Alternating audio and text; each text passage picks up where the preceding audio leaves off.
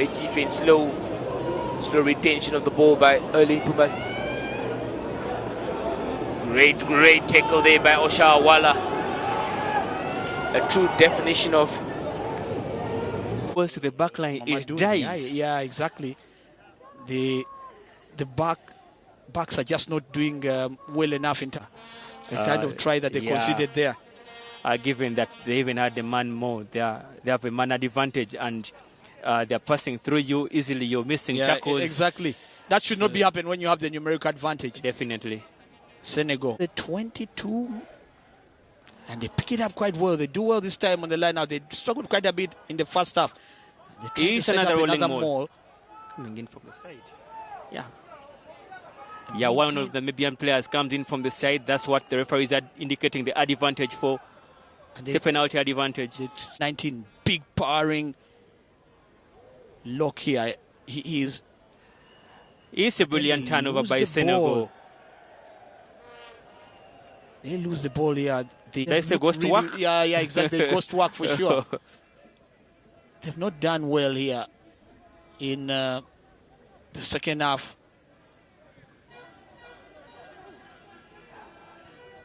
Ball well received by Namibia's shot number 8, and that's Adrian Boyson as they secure the rack here. Penalty. Tackle. Well, they try to, but well. Retief picks it up, and the maul is well set by Namibia as they draw ever closer. Sponsors of Ugandan Rugby, Platinum Credit should be your source of financial need. Namibia has defended that move very. Danko Baga, and now it's Andre van der Berg. You can feel Namibia is getting into element, and they're starting to play the expansive rugby, the soft hands, the soft line out for Namibia, just a few meters outside of the Senegalese 5. And with the rolling maul here, which is moving forward, and the referee signals advantage, one of the Senegalese players has infringed at the maul. For Senegal, who got a try in the first half, and that's Abdel Karim Fofana. I wonder whether it's an injury that he has picked up. But clearly this has been a learning lesson for the Senegalese. Definitely. And a goal shot. To secure the rack here, and this Andrew Cairns does well. Cleven Lobser and Otja, shot number 17, and then breaking through is Meyer. And then he finds Boysa. Can he be denied? And Boysa, yes, play with a set piece.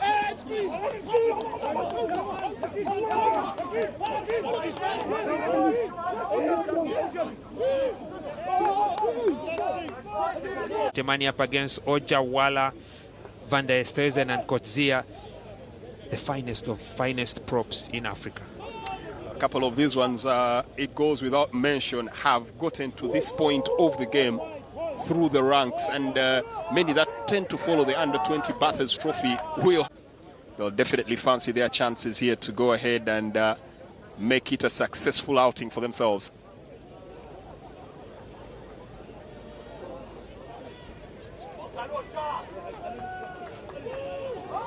Setin looking to creep forward. Guessing they'll definitely put those kicking boots to good use to try and get that ball out of their own territory and put them once again in the hunt against the Lion Cubs. And that's strong play.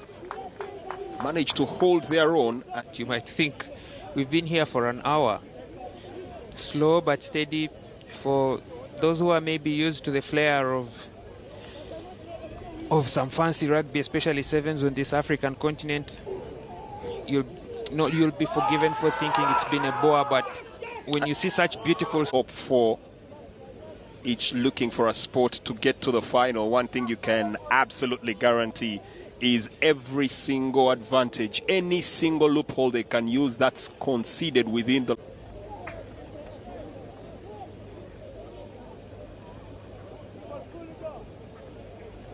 well, anytime now the hooter should be coming through, and Algeria already know that they're in the last phase of play as it stands now, 40th minute, and that partners in finance.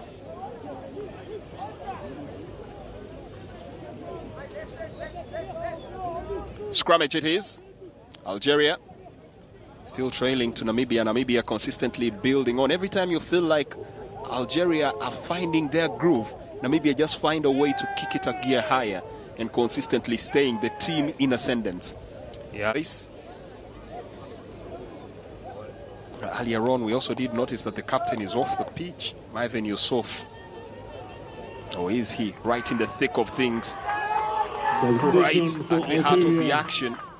Break off and play for their lives. Well, the adrenaline junkies look away. This may not be one for you until much later on. But for the moment, Algeria are looking to press the issue here. Uniform hardly a stain there. Only the same could be said of their scoreboard. Oh, it looked like a forward pass. Then a second nice one as pick well. up there. Seeing Botemani managed to pick that out of mid-air. Strike and strike hard. Well, locked in here, and it's a chance to test those muscles. But as is with any scrum, it's not just the muscles, but the brain has to go along. And Namibia win that battle of wits and attempt to force the issue here. Question is, which one of these two teams will actually gain the first strike? On the edge, this is sheer breaking point. Looking to pass, looking to break down the resolute defense here of Namibia. The unstoppable force meeting the insurmountable defense. On the clock and counting. Both teams locked in, leveled in. Could definitely cut the tension in this arena with a knife. It's that much. Crackling atmosphere it is. As that pass is made. So far, so good from both teams. They've managed to handle that pressure. For those that have been in these situations, it's normally called the weight of expectation. Then Uganda as a neutral venue, Zimbabwe have played 6 and won all 6, while Namibia have played 5 and lost 1 last year to Zimbabwe. there is a tall order.